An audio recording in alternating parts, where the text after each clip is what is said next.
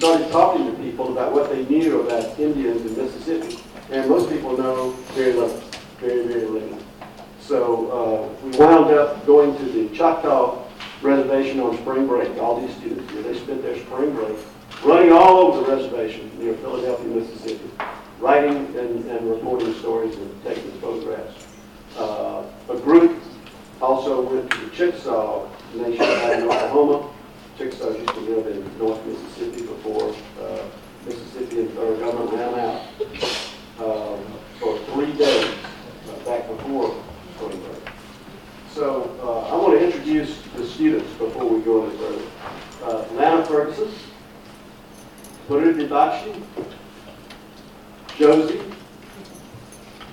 Chi, Kelu,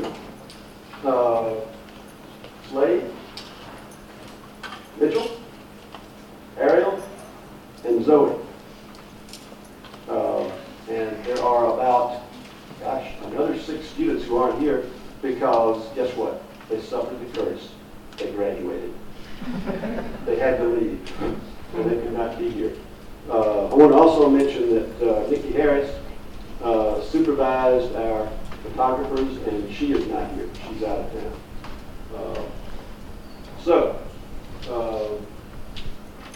Our program will last no more than 50 minutes. We'll try to set aside time at the end for questions in case you have any. But rather than have me stand up here and talk to you about what we did, let's hear from the students who did the work. You got to remember now, they worked their tails off. They went all over that reservation for a week, and they wrote, my gosh, more than 30 stories. And these are not little bitty stories. These are stories with some depth and some texture to them. So we're hoping that this magazine, that these magazines that they have produced, will win some awards like some of the others that we have done have over the years. As we gathered more and more information, we realized we had to do a magazine on each tribe. So I'm going to be switching back and forth from the Choctaw and Chickasaw. And initially, you may see it on the screen. Hold that magazine up real quick. Great. That's the proof of higher than that. That's the proof of the Chickasaw magazine. And the cover says Unconquered and Unconquerable. And we'll explain that in a minute. This is a great time for us to do this program because of the Native American theme all over the campus this month. You may remember 10 Little Indians by Sherman Alexie, which is our common reading experience at the university this year. And if you were in front of the Union at noon, you got to see Choctaw dancers from the reservation. Anybody see that? You? Okay. Did you dance too? Don't be shy. And you also got to play a little stickball, which is just a fascinating sport. So let's get started, and I want to begin by asking the panel, what did you know about Mississippi's Indians before you took this course? Or better than that, what most surprised you? What most surprised you about the Choctaw and the Chickasaw? Let's start with Lana because she's the one that's not. Okay, that works. Like I said, my name is Lana. I'm actually from Virginia, so first time to Mississippi was visiting Ole Miss. We learned about the Jamestown and the Indians there and the settlers there, so I knew a lot about that. And the first time Bill brought up the idea of Mississippi Indians to me, I had no clue. So kudos to y'all that knew a lot more about it than I did. So basically everything kind of surprised me. It was a whole new adventure for me. Learning about Stickball, I didn't know that existed. The foods they ate. They opened us with welcoming attitudes and open arms everywhere we went. So we got to learn a lot. I danced. We danced in Oklahoma. That was a cool thing too. So we really just got immersed in the culture. But I think the thing that inspired me the most was probably seeing how much they had been through as a culture. But how much hope they still have, and that was really, really inspiring for me. Slade, biggest surprise? My biggest surprise was definitely the the like cultural uniqueness they have. When you're over on that reservation, it really feels like you're in a different country, but it's operating just as smoothly and efficiently as our country does, with a totally different set of leadership, with the same ideals of equality and respect for everyone. And a lot of their leaders that I wrote 2 stories on reflect a lot of the same qualities that our famous leaders do, like George Washington and everyone on Mount Rushmore. So that was really interesting to see them have those same values. So let's talk about the.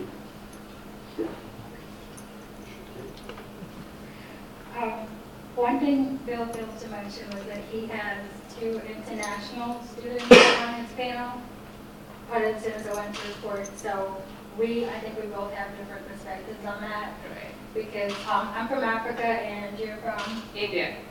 So we were coming in, and I mean, from what I knew, it was still kind of like back in the 30s, 20s. So I kind of was thinking it probably shouldn't be TVs, but it just might be. But that was which is wrong, because I do get a look. Some people think, in Africa it's just trees and we all live in trees and we ride elephants to school. So, it was a little different, but there was a sense of, as soon as we crossed, I guess you could say crossed the border, you kind of felt like you were somewhere different. Like the air felt different. It's just like, this is somewhere else. This is not Mississippi anymore. For me, besides everyone trying to comprehend my Indian accent, the only thing I knew about this was that Mississippi Indians, and I'm like, okay, there is something else beyond Indians that were me. So it was a complete different experience altogether, and obviously there was nothing I knew about it honestly in the past. So it was a complete different ball game altogether, and I'm glad I took up this course. Great. Let's start with the photographers. Your favorite photographs? Then no, you can't give 20. He's joking about that because I did actually take, I think the running joke was what she took the million, like the million pictures. Let's see, from the Chickasaw side, we went to their little daycare thing, which was just absolutely fascinating because it was like a little town that was turned into a daycare. So like the hallways had street signs. Some classes were like, jails. Some were like, police offices or whatever. And then some were like the little shops and barber shops. So it was so cool. And then we went outside to take the pictures, and these kids were lugging this big tire. It was huge. I mean, I work out with tires, and those are heavy, but they were pulling the tire around and just swinging it back and forth, and I kind of got underneath them to take this wonderful picture. I loved it. It was absolutely fantastic. It was great. Another one I loved was the Stickball one, which was essentially kind of like a life and death moment. I remember talking to Miss Nikki. She's not here. And I was like, if this ball, because the ball is about like that big, and it's about as hard as a golf ball, except it's made from cloth. And they're throwing it like really fast, like you can't even see it. And some of the times when we're on the field, like the sun was actually coming down, so you really can't see it coming at you. So I'm in there with them trying to get this picture of them playing stickball, and this ball is going like 100 miles an hour at me, and I'm trying to get away from the sticks but get the right shot. And I think I got some good shots. So, can you show them the stickball picture, the cover? We can try. Let's try. Her cover photo was, appropriately enough, on Choctaw magazine, was a close-up of a Choctaw stickball player taking a break from the action, cigarette in hand, stickball sticks over his lap, extending outward, and you got the dimensions really good. You can see this is what it was all about. It was an image that you just captured the stickball, just like that. So while we're searching for that photo, Ariel, what were your favorite shots? One of my favorite shots was when we first arrived in Philadelphia, we went to like a cultural center, and there was this older lady, and she was making a dress, and she was talking in her native language. I had no idea what she was saying, but her fingers were going to work, and I understood that. And so I just kind of got around there and just photographed. And it turns out she didn't speak a word of English, and I didn't speak her native language, so it was a little language barrier in there. But she did understand the word dress, and she was known as like a famous dressmaker. Her name is Miss Dora. And so that was one of my favorite pictures because her making dresses is a big part of their history there. Her photos are in the museum and everything. And my other favorite picture was me and Zoe went to this cool house in Tupelo. And the house belonged to a guy who used to rob Native American graves, and now they own the house, so that's the kicker. And there were these rocking chairs sitting on the front porch, and they were just laying back and forth, and I kind of just got to the side and got a shot of that, and that was really cool. It was good? Okay. Let's go to Maruti. The Chickasaw used to live in North Mississippi. In fact, you know, they were all over this country, primarily in Tupelo, and they had some, you know, their name is, they like to call themselves Unconquered and Unconquerable, which is interesting.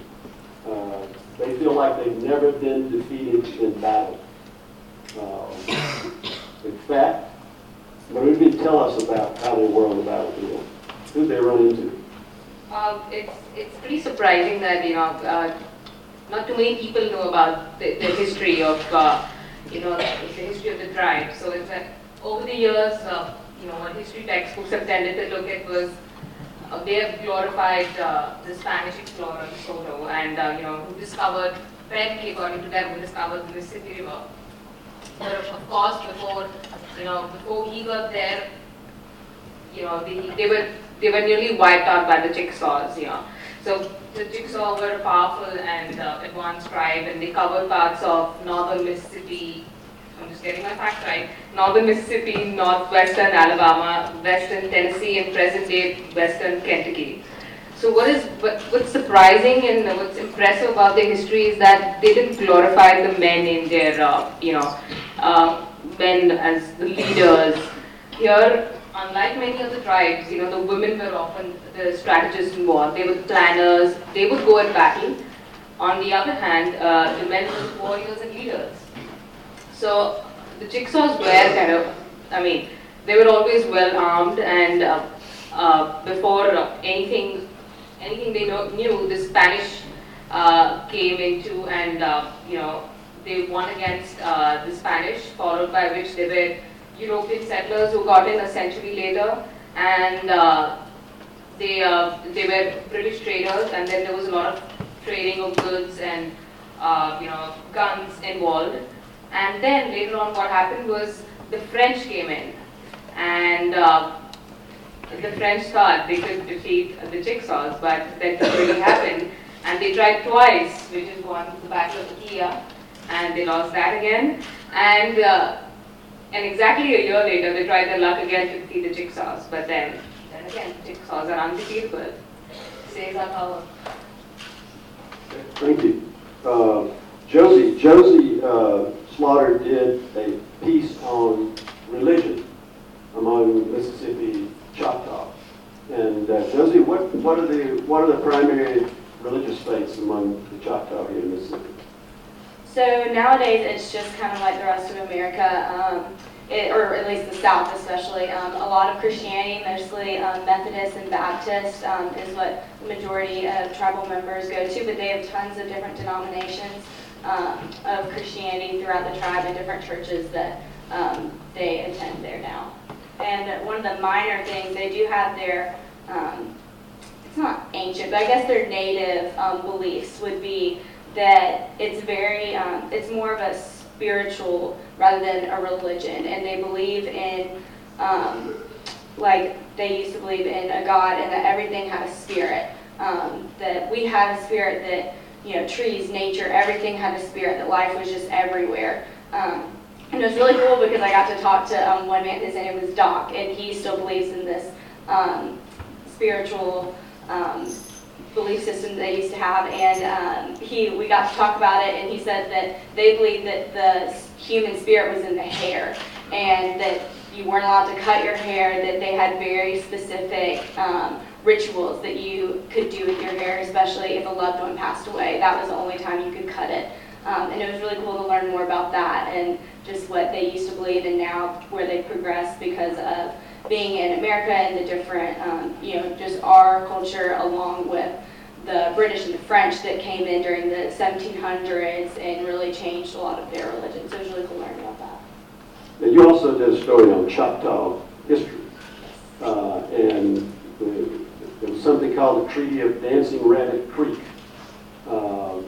that was signed by the Choctaw chiefs under great duress from the United States government and no small amount of pressure from the Mississippi government along the way after the advent of cotton farming in Mississippi. All those European settlers needed land, and Andrew Jackson wanted them to have it because he wanted to build up the United States of America, and he thought the Indians were in the way. So there was great pressure for them to leave. They finally signed the treaty, and then, as part of the treaty, the huge majority of Choctaw moved off to Oklahoma, and there's still a Choctaw Nation there today.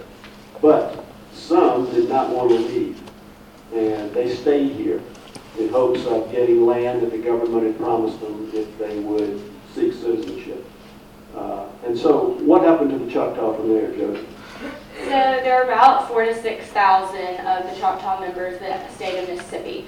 And they stayed because there was provision in the treaty that said that if they would become citizens of the United States, they could get a certain amount of land.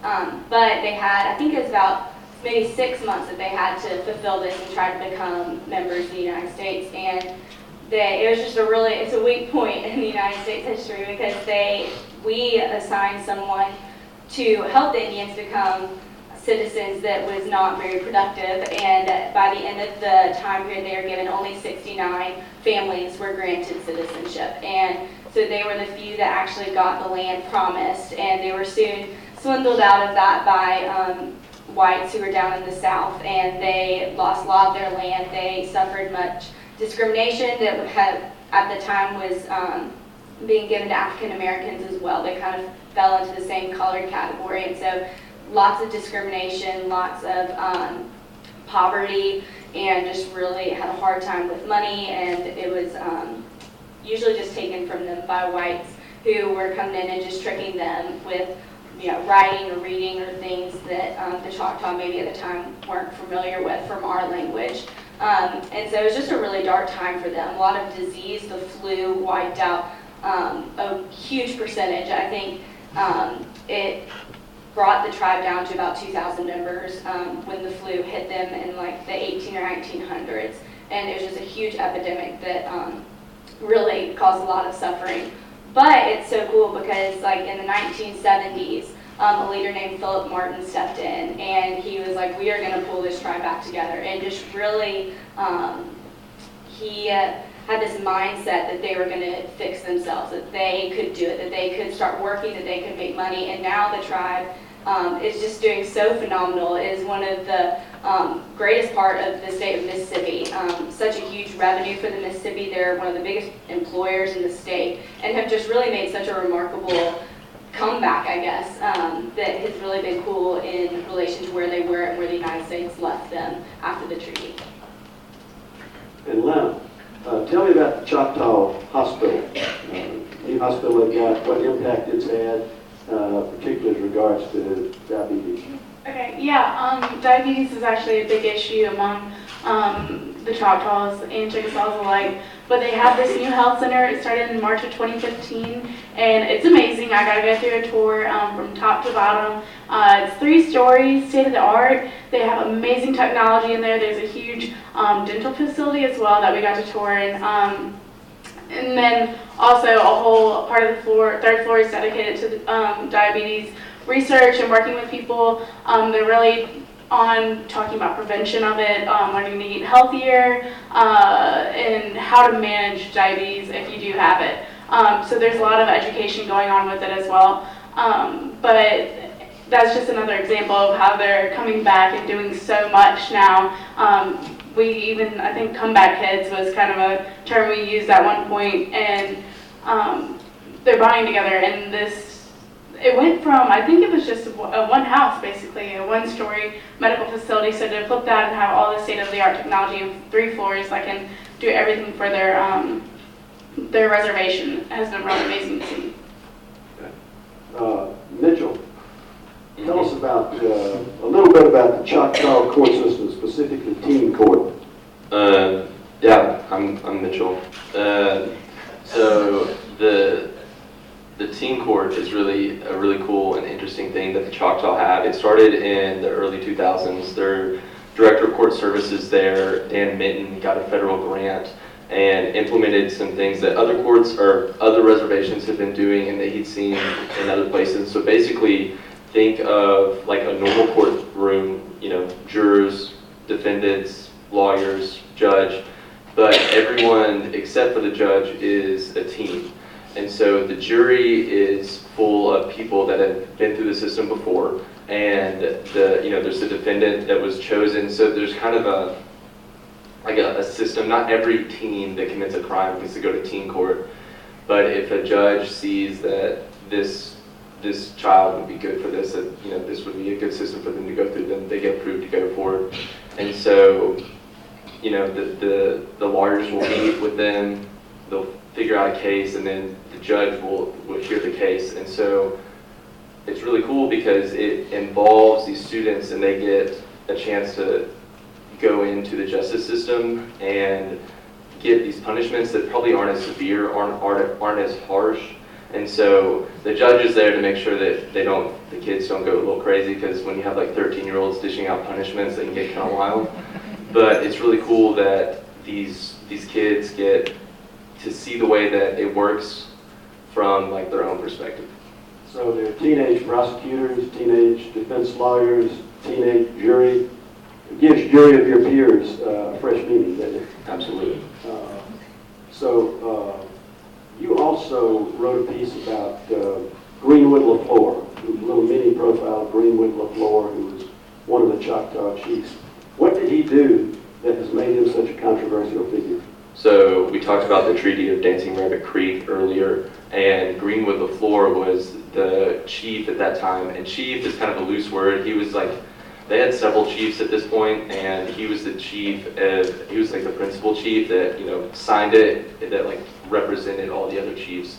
And so he was the chief that signed the Treaty of Dancing Rabbit Creek, which is the treaty that sent the Choctaw out to Oklahoma on the Trail of Tears.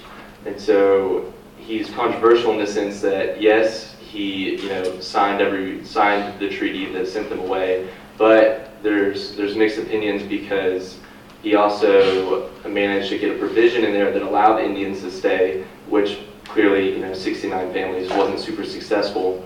But he was also at the point where they either signed the treaty or they were decimated by the American government, and so there wasn't really a choice. And so people don't really like him because he did sign it, but he did the best he could. He fought for his tribe the best he could, and especially considering he didn't have an option. It was either that or be destroyed. And he stayed in the state, became a wealthy, prosperous cotton planter, had a big mansion over near Greenwood in the hills, actually in the hills of Carroll County. What happened when the Civil War broke out? Who did he side with? So Greenwood LaFleur was a big Union supporter. He lived in Mississippi, but he sided with the Union, and he was pretty anti-Confederate. Like if a Confederate soldier were to come into his house, he would make them change out of their uniform. It's pretty hardcore. Yeah. I think he was buried wrapped in the Union flag, by the way. And he also had an impact on the Mississippi legislature. This was a time when it became fashionable in the legislature to make enormously flowery speeches. If you can imagine the Mississippi legislature doing such a thing. And Greenwood, not Greenwood LaFleur, but this other senator arose one day and he spoke in Spanish for about 5 minutes and then sat down. And it was a tremendous triumph. silliest thing he'd ever seen. So what did LaFleur do? So LaFleur went up and gave an entire speech in Choctaw, and no one understood it, and put it into the crazy speeches. I think about an hour long. And they were begging him to stop, and he just kept going on and on. And that begged him. So Zoe, you went over to Tupelo and visited with a Chickasaw delegation that was conducting something called a homeland tour. And this is the Chickasaw tribe trying to reconnect with its homeland in Mississippi. So they came all the way from Oklahoma, 500 miles, to check out Tupelo and northern Mississippi. And what kind of feelings did they go through? What was their trip like? It was really, it's really beautiful. It was really cool for me to actually be on a bus with them as they were bussed around, literally taken to these sites that were, I guess you could say, buried beneath Tupelo. People in the town wouldn't know that they were there unless, they actually looked into it and actually, honestly, went on this tour. So it was really cool. I think one of the, the realization moments of that, particular thing was we were on the bus and we pulled up to a rental house in Tupelo and just kind of stopped in the street. And as it turns out, one of their greatest leaders, Piamingo, is actually most likely buried there. And that was kind of a shock to find out. And they said, we should buy it, we should buy this land. And it was really interesting. And there were other burial sites throughout Tupelo that were just hidden in trees. There was a road, feet away, It was really neat. Yeah. Tell them about the site near the hospital in the middle of Tupelo. That site, there are about 20 Chickasaw people buried there. And it's just kind of next to a road in sort of a haven of trees. And it's actually been part of prior homeland tours, where in fact one of the women who was on the tour had actually danced there. They visit and have ceremonies there. And it was neat, but also something that the everyday person in Tupelo wouldn't know about. And what about, how are they going to cement ties there with Tupelo in the long term? The Chickasaw Nation in Oklahoma is working with the Incana Foundation in Tupelo in Mississippi to actually build a homeland cultural center in Tupelo near the Natchez Trace. And it's going to be really immersive and really just top-notch. I think you described it as Smithsonian quality. And it's pretty much going to try to recreate how they lived in this homeland that they essentially had to, were kicked out of pretty much. And now they're kind of coming back and staking their claim there. And with this cultural center, they're even going to recreate the prairie that they would burn the grass around their cities or their homes. So it's neat. It's sort of an inside-outside thing. They're going to have immersive activities. It's multimodal. It's going to be neat when they build it. Pretty cool.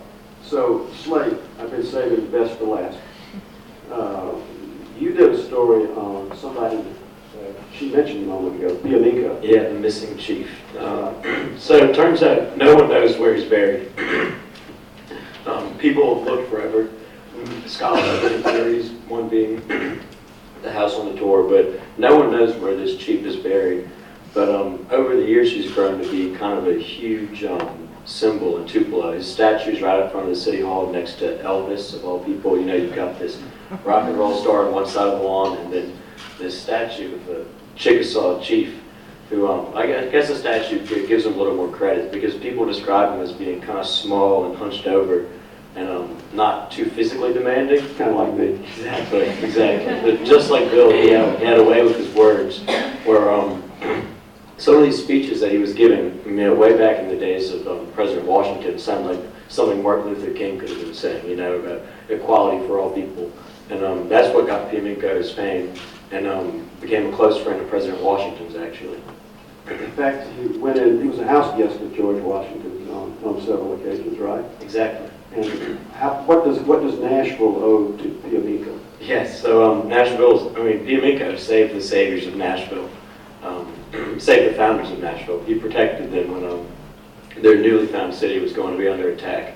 No one else was stepping in to save them except for Piamenko and his Chickasaw tribe. They stepped in and saved the day. So all you Nashvilleians out there, thank Piamenko. And you also did a profile of the great chief Pushmataha.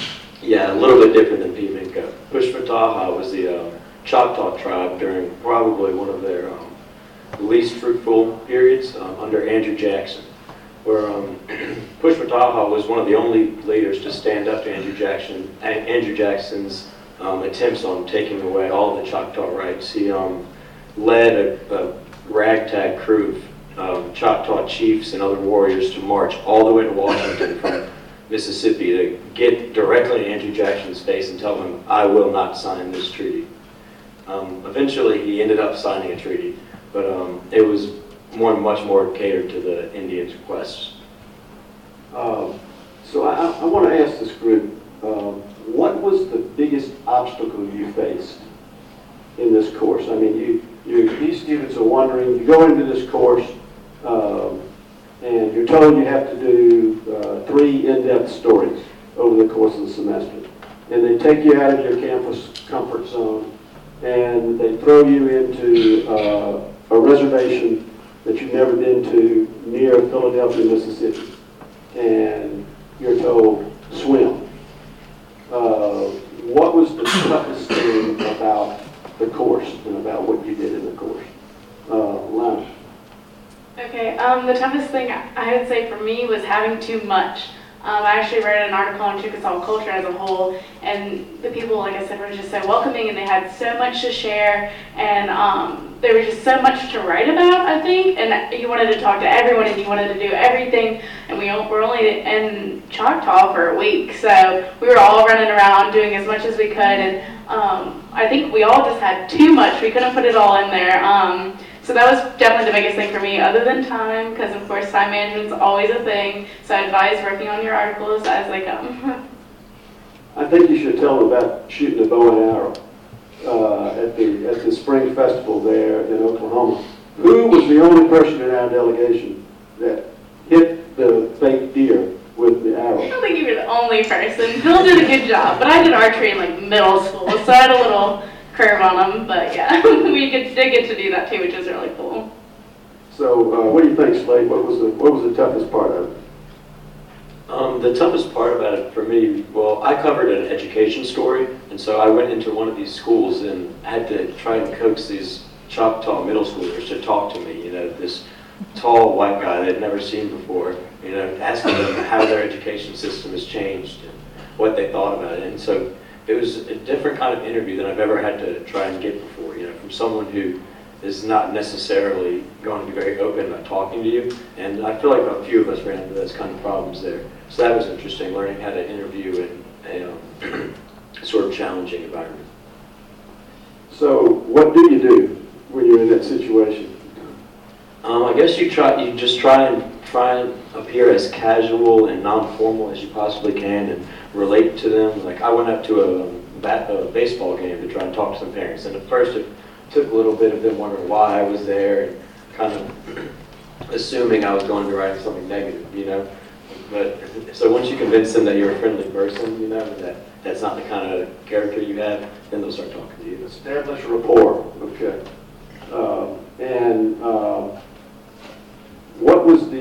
What did you find the easiest thing to do What came natural? I was prepared to, naturally, I think,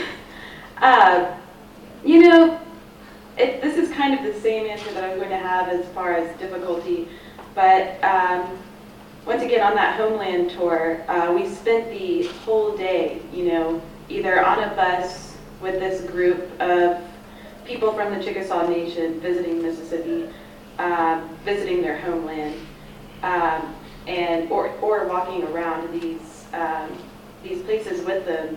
And I think it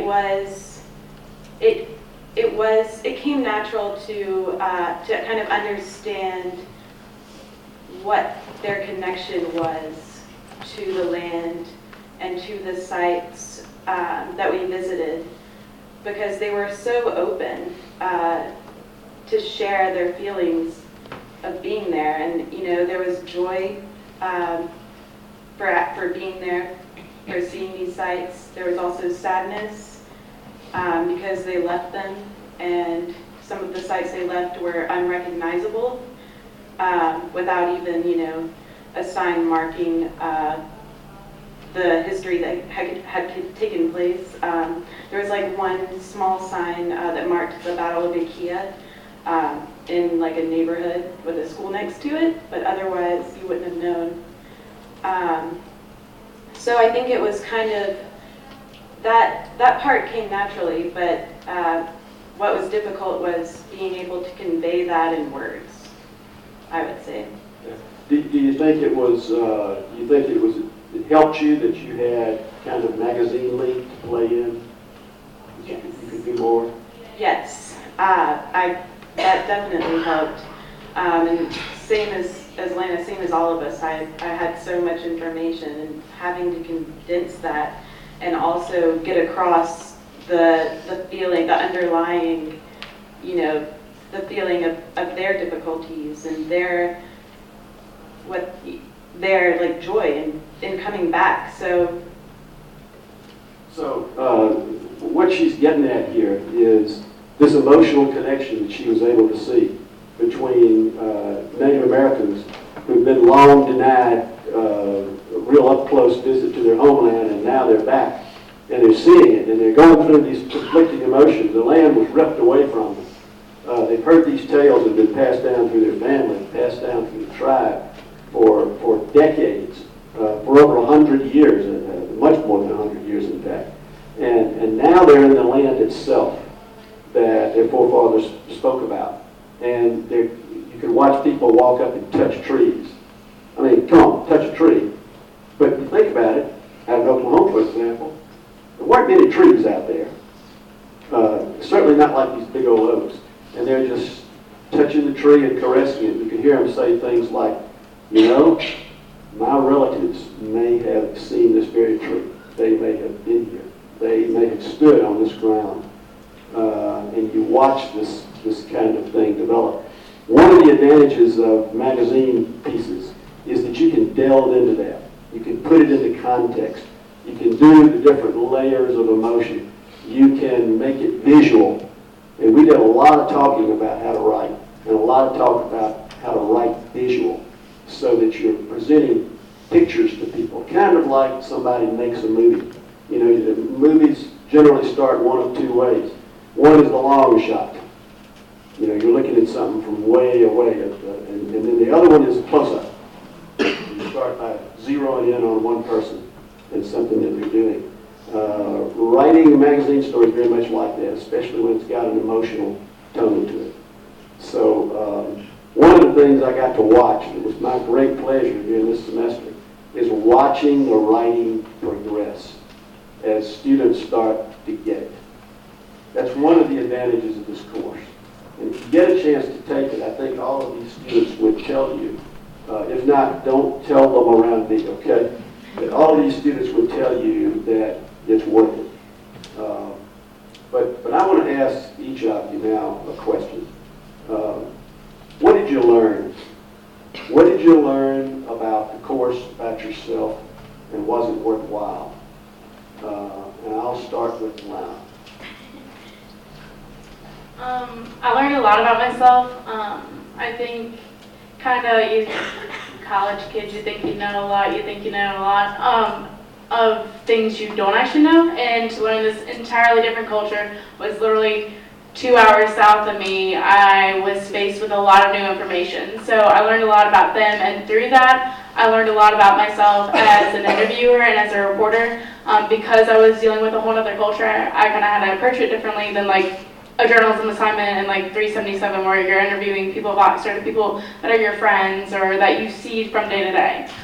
So I think I learned a lot of interview skills. That's probably be my biggest thing. And how to handle different cultures and approach it differently. Yeah, for me, I had to do a story on Chickasaw history. I mean, normally what we would think about coming out of the story is just go interview the person, come back home and transcribe the story, and then play around with words, and boom, your article is ready. But what here we have to do is, that is depth reporting in real terms, is we have to read books and get our background, a background information clear, which kind of was really helpful. Because you cannot know the history of your tribe on the top of your head. You had to have your facts right. And because I'm sure even Josie knows, even she had the history of Choctaw to write about.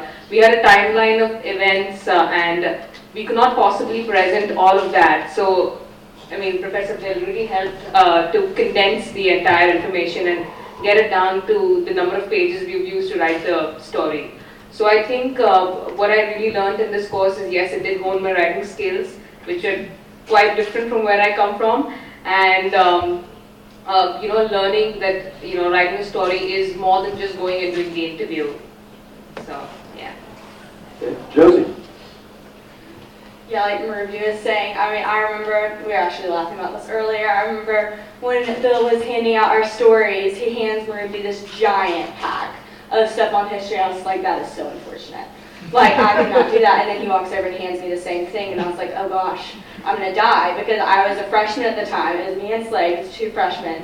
And I was very excited. I had heard wonderful things about Bill, but was just like, I don't know that I can do this. And especially when he gave me that, I was just like, no, like, this is gonna be awful. Like, I have no idea what I'm gonna do.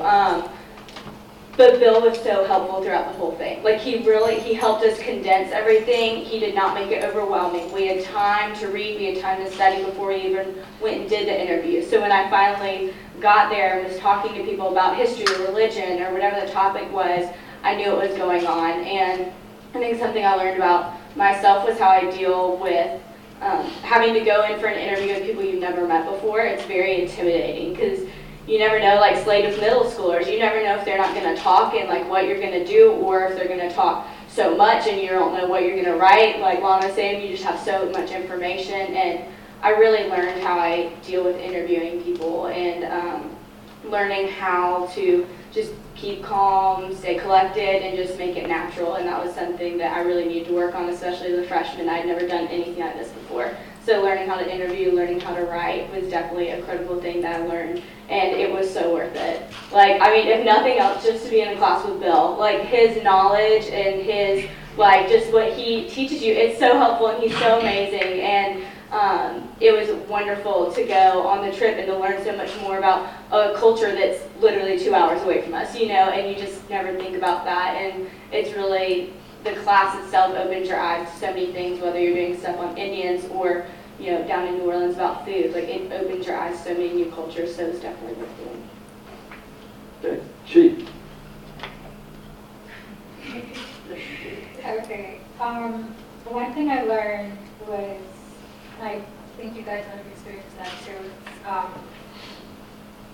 reading materials and actually shoving a microphone in front of someone's face is 2 different things, and there's something about the Choctaw culture that reminds me so much back home. You can't just approach an elder and just start asking a billion questions. You can't just open your mouth. Having Missy over there just thank you. She just helped a lot. She opened the doors, because I remember sometimes I had to go up on my own even though we didn't have permission. And people were looking at me like, who's this crazy girl with the camera? Wait, what is she doing here?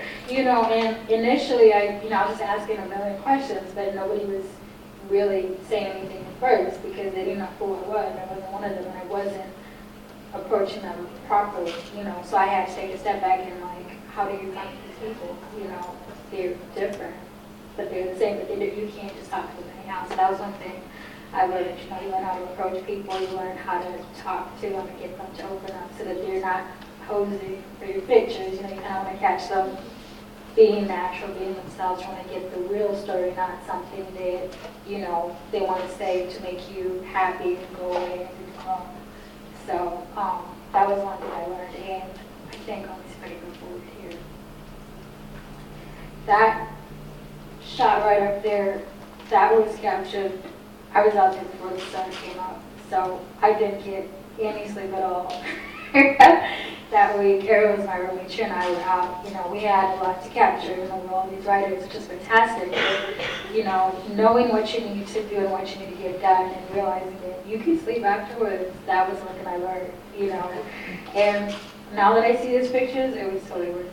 I'm pretty sure I think the record was probably about 30,000 pictures, which is overkill. Don't do that, ever. Don't do that. Vicky doesn't like me anymore. But, you know, just be there, take photos. You can always delete them later. You know, just keep your eyes open. Be willing to work hard. But it's a great course, and I don't regret it. I want to do it again if I could. I think I might try it. We'll see. But do that if you can. Now, a minute ago, you were trying to get my attention. Was there something else you needed to tell me, or is that moment lost and we should move on? Okay, good. Moving on. Slade.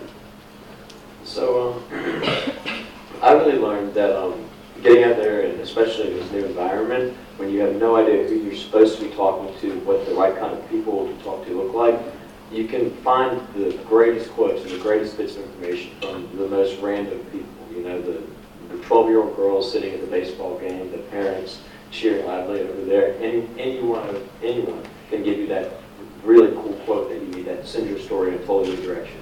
And that definitely happened in the education story I was writing, you know, because a lot of the teachers I was talking to, you know, they were, of course, saying all these great things about the school and only talking about the improvements they've done.